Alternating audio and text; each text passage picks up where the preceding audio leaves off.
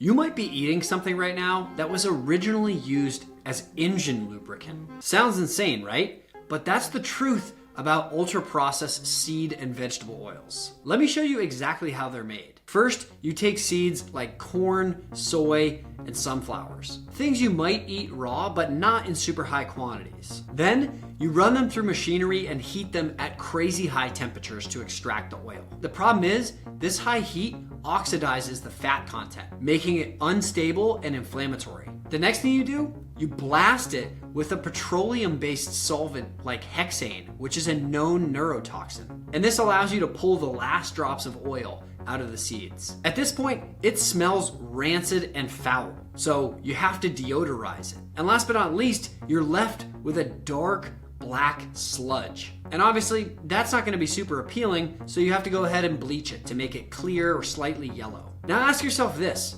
does that sound like a process that would result in real food? For millions of years, humans and our ancestors, we ate what we could recognize. Our fat content, it came from animals, coconuts, olives, things we could actually render, squeeze, or cut. Not industrial sludge filtered through big metal machinery. So why are seed and vegetable oils in everything?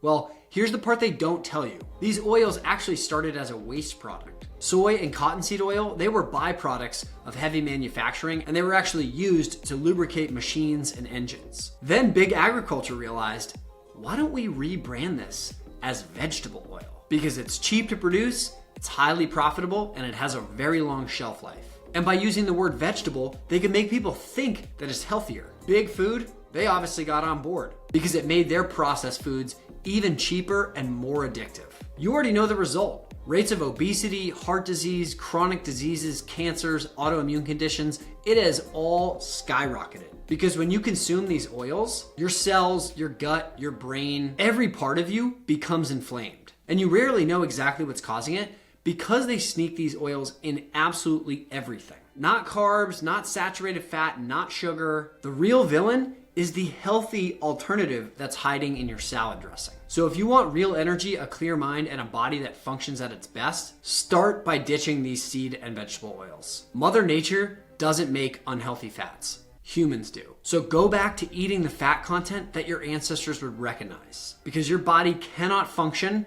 at its best if you're fueling it with the wrong stuff.